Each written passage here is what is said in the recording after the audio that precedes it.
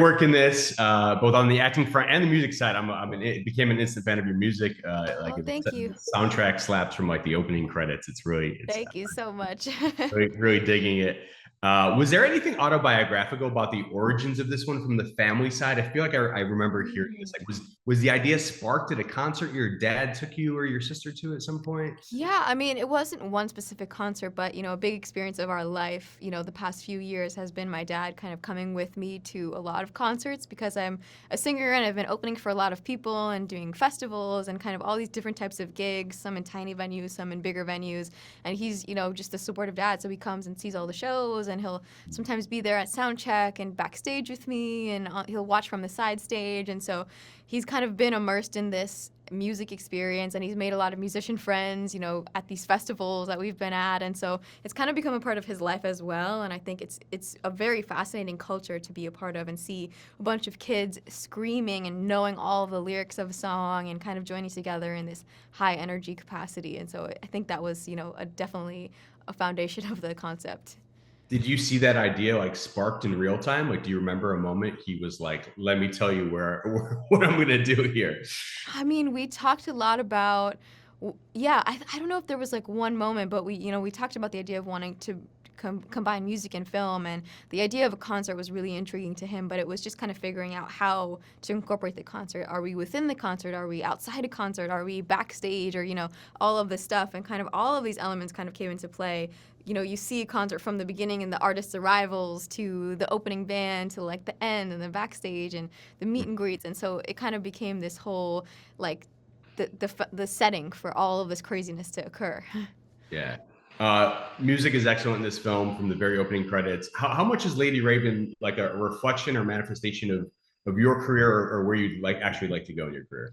I think the music is very representative of, where I'm at musically and kind of the music that I wanted to make. It felt like exactly what I wanted to be doing now. I do think that the idea of it being in a stadium did lead me to kind of a slightly bigger production sound than maybe I would normally gravitate towards because I really like R&B and jazz music.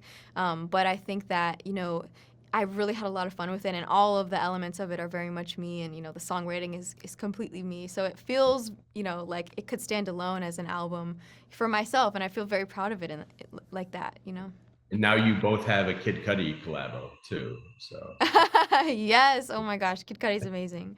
I love our song together. yeah, no, it's great. Josh Hartnett from all my interactions seems just like such a truly nice and genuine human being. Yeah. What He's the was it like to sweetest. watch him go so dark? It was pretty crazy. I mean, Yeah. he's the sweetest human, as you know, and he's really just like this sweet dad. And when he goes into this character mode, he really embodies, this kind of scary person that you don't know what he's capable of. And Josh is also he's so huge and he's like this very, strong man. So if you think about it and you're like, if this man was like somebody dark, bad things could happen. So it's easy to kind of feel scared of him in those scenes. But the second we're done shooting, he's like the sweetest man ever, and he's so caring and sweet with my dad and patient with me, and so it was really nice to work with him. Your father is one of the most accomplished filmmakers in the business. Has made like such a profound effect on this business through since the late '90s with his films. Growing up, what have been the sort of films that have had the most films of his that have had the most profound effect on you? I mean, all of them in a way, because I grew up on these movie sets, and a lot of them were big parts of my childhood. Just watching him shoot them, I would say Lady in the Water was a core memory because it was a bedtime story that he told my sister and I over many many nights, and kind of created this story, and then he brought it to life in a movie. And so at 8 years old, that was like an incredibly profound experience, like your dad making a movie from something that was a bedtime story, and it was like magic was real. So that was a very profound one. And then I think The Village, similar timing, I was like aware enough to understand what was going on, and then also was profoundly affected by the movie and also the soundtrack. I think that one specifically, the music in that film really sat with me, and I still think about it all the time. Love that movie, and probably his most underrated, I would say. Yeah, oh my God, it's so good. Yep. I'm with you.